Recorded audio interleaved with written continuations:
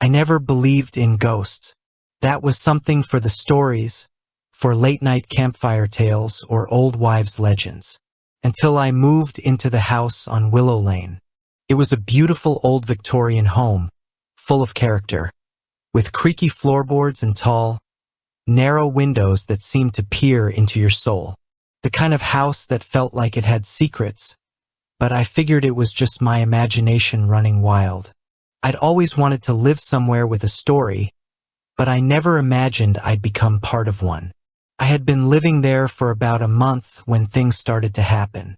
At first, it was small, easily dismissible things.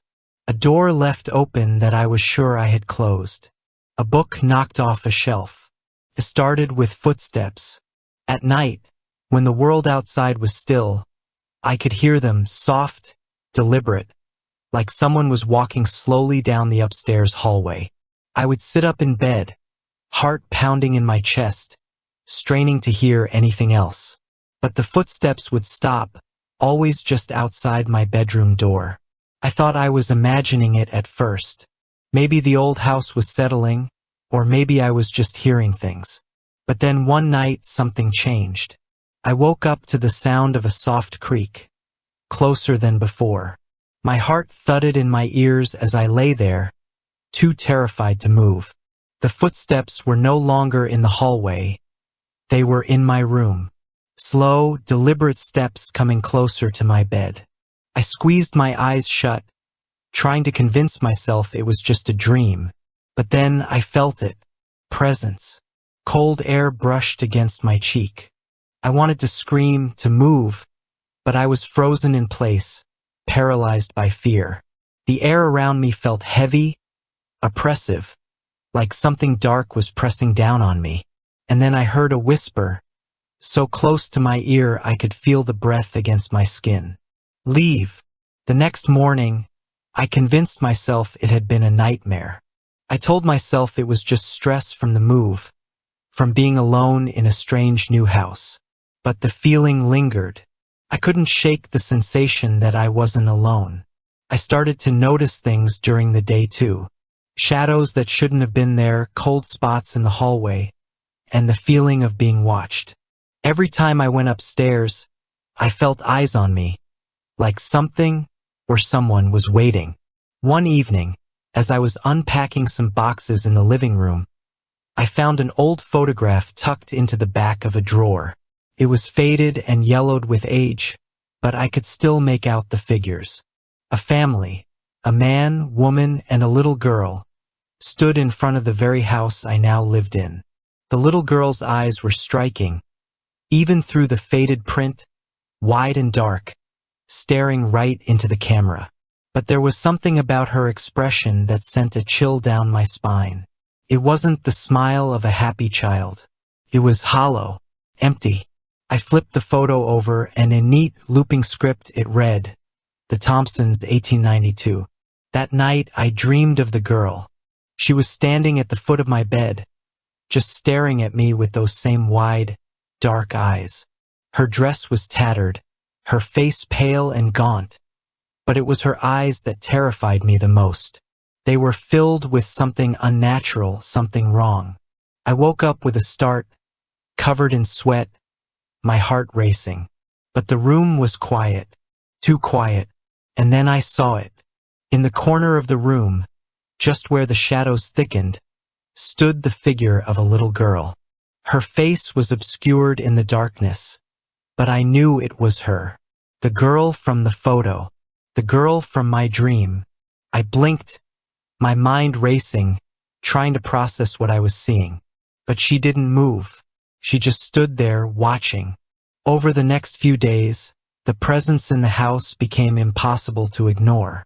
Every night, the footsteps would return, and every night, I would wake up to find the girl standing in the corner of my room, watching in silence. She never spoke, never moved, just stared with those haunting, empty eyes. During the day, I started researching the history of the house. I needed answers, something to explain what was happening to me. I learned that the Thompsons had lived in the house for over a decade, but in 1892, tragedy struck. Their daughter, Emily, had drowned in the nearby lake. She was only 9 years old. After her death, Mrs. Thompson reportedly fell into madness, claiming she could still hear her daughter's footsteps in the house. The family moved away shortly after, but the locals whispered that the house had never truly been empty. I knew then that it was Emily who haunted the house. But why was she here? What did she want from me? One night, I decided to confront her. I was done being afraid. I sat up in bed, waiting for the footsteps, for the cold presence that always accompanied her arrival. And right on cue, she appeared. Emily, what do you want? For the first time, she moved. Slowly, she lifted her hand and pointed to the door. Leave, she whispered again. But I couldn't leave. This was my home now. I had no place else to go. I can't, I said, my voice barely a whisper. Her expression darkened, and the air in the room grew colder. Her eyes seemed to burn with an otherworldly rage. After that night, the haunting intensified. Doors slammed on their own, objects flew off shelves, and the walls echoed with the sound of her cries. I barely slept, too afraid of what might happen if I let my guard down. Every time I closed my eyes, I could feel her watching me, her cold, hollow gaze never leaving. One night, as I was lying in bed, something strange happened. The air in the room grew thick, and I felt a sudden pressure, as if the house itself was closing in on me. And then I saw her, not in the corner this time, but right next to me, her face inches from mine.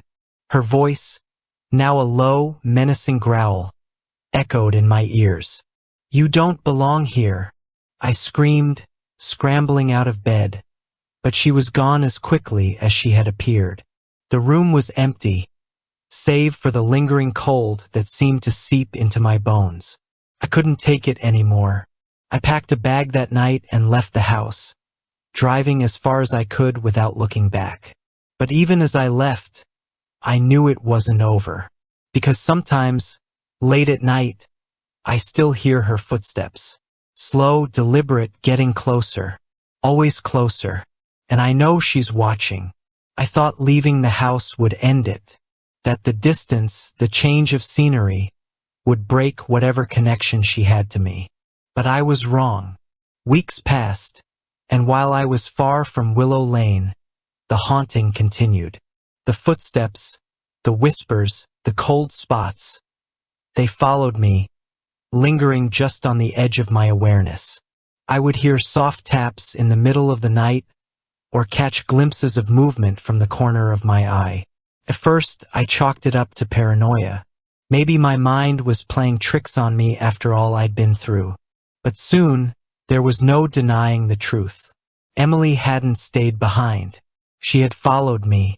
One evening, as I sat in my small apartment, the lights flickered, casting long, jagged shadows across the walls. The air grew cold, unnaturally cold. I knew what was coming. The hair on the back of my neck stood on end, and my breath clouded in the air. Then I heard it, a familiar creak. Not from upstairs, not from the hallway, but from right behind me. I froze. I didn't need to turn around to know she was there.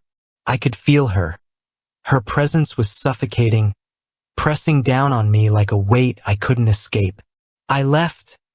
I whispered, my voice trembling. I did what you wanted. Why are you still here? Silence. Slowly, I turned my head, half expecting to see her gaunt face, her hollow eyes. But there was nothing, only the flickering light and the sound of my own rapid breathing. And yet, I felt her, closer than ever before. That night, I barely slept. Every time I closed my eyes, I could feel her in the room, just waiting, watching.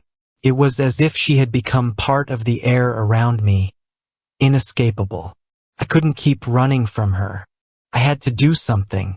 Desperate for answers, I went back to the small town near Willow Lane.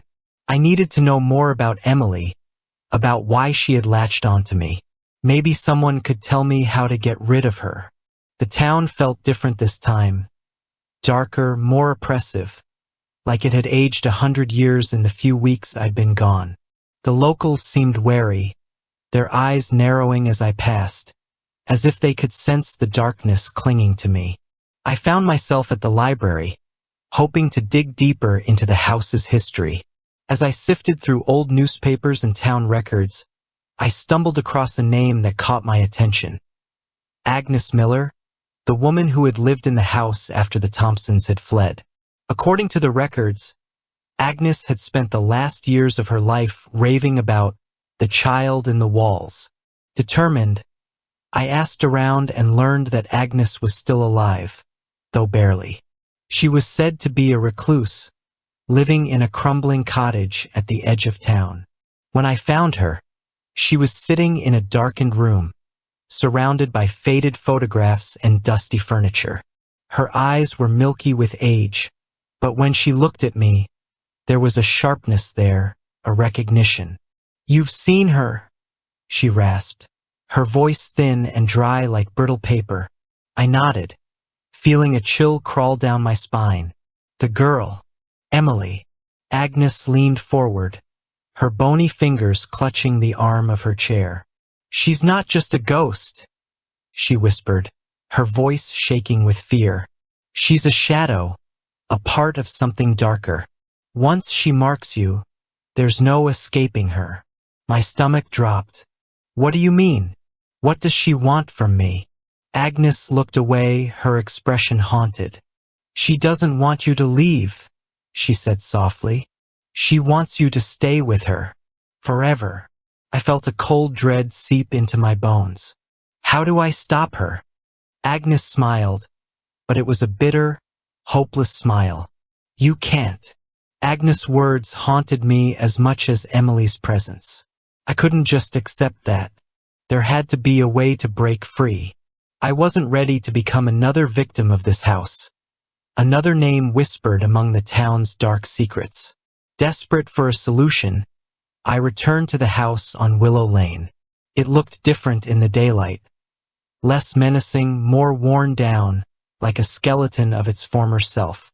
But the moment I stepped inside, the air grew thick again, oppressive, charged with the same eerie presence I had tried so hard to escape. The house felt alive, its creaking walls and floors groaning as if welcoming me back. "Emily!" I called out, my voice echoing through the empty halls. "I know you're here." I came back. For a long moment, there was nothing but silence. And then, from the shadows at the top of the stairs, I saw her. Emily stood there, her dark eyes boring into mine. But this time there was something different. Her face was no longer the face of a little girl. Her eyes were darker, deeper, filled with something ancient and malevolent. "I'm not leaving until we end this," I said, forcing the words out, though my legs felt weak beneath me. She stepped closer, her figure barely visible in the dim light. The temperature in the room dropped sharply, and I could see my breath again. "Stay with me," she whispered, her voice soft, almost pleading, but filled with a darkness that made my skin crawl.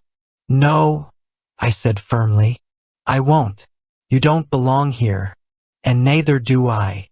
Suddenly, the room seemed to explode with movement. Doors slammed shut, windows rattled violently, and the air filled with whispers. Voices too many to count, overlapping, surrounding me. Emily's figure flickered, her face twisting into something grotesque, her childlike form melting into shadow. I felt her cold fingers wrap around my wrist, pulling me toward her. My heart pounded in my chest as the darkness closed in. But I fought back. I didn't know what else to do but scream. Every ounce of fear, every bit of rage I had inside me poured out in that scream. I wasn't going to let her take me. I wasn't going to be her prisoner. For a split second, everything stopped. The whispers, the slamming doors, Even the cold seemed to retreat. Emily's shadowed form wavered, flickering like a dying flame. She looked at me, her once dark eyes now wide with shock, as if she hadn't expected me to resist. And then she was gone. It's been a month since that night. The house on Willow Lane stands empty now, a hollow shell of its former self. I never went back, and I don't plan to. But sometimes, in the middle of the night, I still wake up to the sound of footsteps. And I wonder, just for a moment, if she's really gone, or if she's still watching. I thought I had escaped, that my return to the house and my confrontation with Emily had severed whatever dark connection we had. But even though I had left Willow Lane behind, the house and Emily never truly let go. A few months after I moved away for good, I started hearing rumors. Whispers in town, vague mentions in passing conversations, but most disturbingly, I saw it in the newspapers. People had started moving into the house on Willow Lane again. At first, it was a young couple, eager to restore the old Victorian to its former glory. The newspaper article showed them smiling in front of the house, the same way the Thompsons had all those years ago. They looked so hopeful, so innocent. But that hope didn't last long. Not 2 weeks later, I read the follow-up story. The wife had been found wandering the streets in the middle of the night, barefoot and disoriented. She was mumbling incoherently about the girl in the shadows. They said she had tried to claw at the walls, insisting there was someone, trapped inside. She was committed to a psychiatric hospital shortly after. Her husband left town the next day, refusing to speak to anyone about what had happened. The house once again stood empty. But the stories didn't stop there. Another family moved in, this time a single mother and her teenage son. It wasn't long before strange things started happening to them too. Neighbors reported seeing lights flickering at odd hours, and the boy, once a cheerful and outgoing kid, began isolating himself. He stopped going to school, barely left his room. One night, the mother found him sitting on the floor, staring at a blank wall, his face pale and eyes wide with terror. "There's someone in the house," he told her. "She's watching me." Within a month, they were gone too. The more I read, the more I felt the cold, creeping dread return.